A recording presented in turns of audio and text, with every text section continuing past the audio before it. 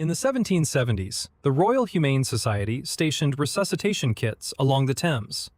Inside, bellows, tubing, and tobacco. Instructions: insert the nozzle rectally, ignite the tobacco, and pump heated smoke into the body. The kits were mounted publicly. The protocol was endorsed. The reasoning was systematic. Vitalist medicine understood life as maintained by internal heat. A body pulled from the water was cold, unresponsive.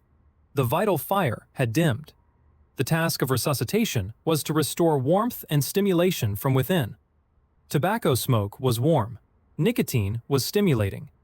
Rectal administration allowed the heat to reach the body's core directly. This was applied theory.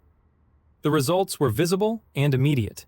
Muscles twitched, limbs jerked, the body convulsed or shuddered.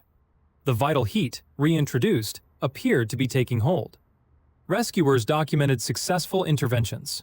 The Society awarded medals for Thames rescues. Movement was expected when vitality returned. Movement was observed after smoke administration.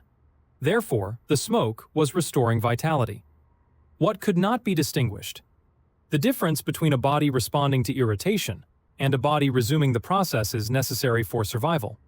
Nicotine triggers reflexive muscular response. A body in crisis will twitch, jerk, and spasm under stimulation. But within the vitalist framework, such responses were not read as reflexes. They were read as revival. The procedure produced exactly the evidence it was designed to detect. The practice continued because every element reinforced the others. The society was credible. The kits were public and accessible. The responses were immediate and visible. The theory explained exactly why it should work. And the patients who survived offered no countervailing testimony. The patients who did not survive offered nothing at all. In the early 19th century, simpler methods began to take precedence.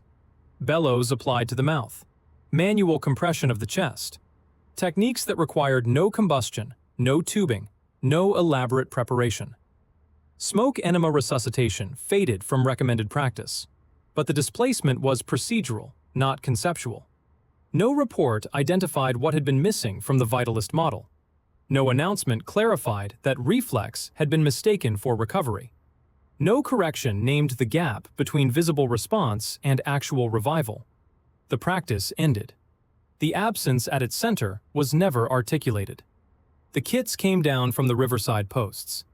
What had been missing, what would have made the difference, remained outside the record. The frame was abandoned without anyone naming what had never been inside it.